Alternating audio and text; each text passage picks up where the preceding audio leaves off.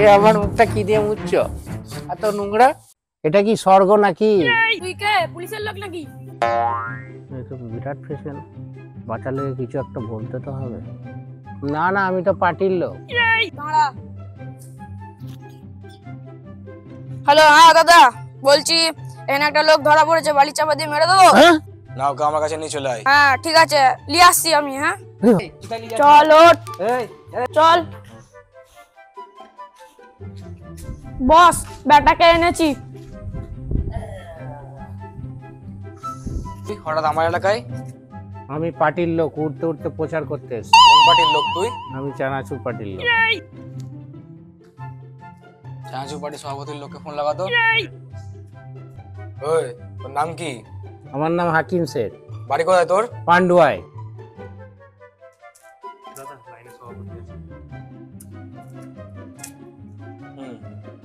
ঠিক আছে ঠিক আছে দাদা।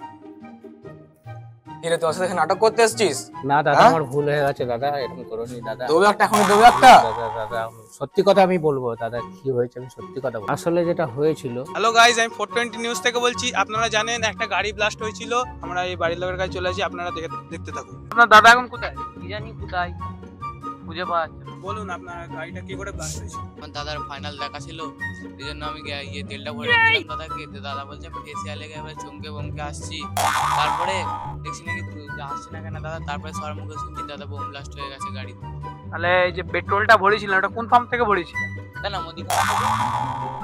মুদিখানা থেকে? কি তেল ভরেছিলেন আপনি? সরষের তেল।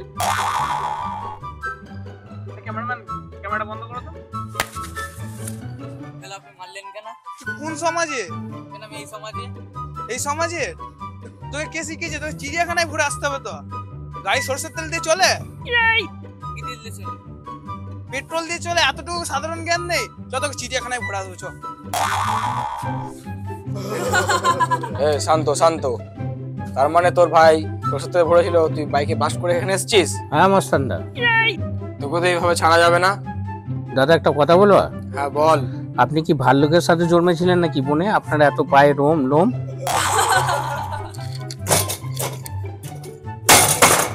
তুই তো বিরাট ফালতু লোক, তোকে তো এইভাবে ছাড়া যাবে না। কি করা যায় বলতো? দাদা বলছি যে আমাদের যে রাঁধুনিটা চলে গেছে, তাহলে আমাদের রান্না করার জন্য রেখে দেওয়া যাক। ঠিক আছে, এবার থেকে তুই রান্নাই করবি। দাদা ওর বিয়েটা কি হবে? এরকম করে নি দাদা, ওর বিয়েটা ভেঙে যাবে দাদা। দাদা আমাকে ছেড়ে দাও, দাদা আমাকে ছেড়ে দাও। যদি তোর রান্না ভালো হয় তাহলে তোর মুক্তি আছে, নাহলে নেই।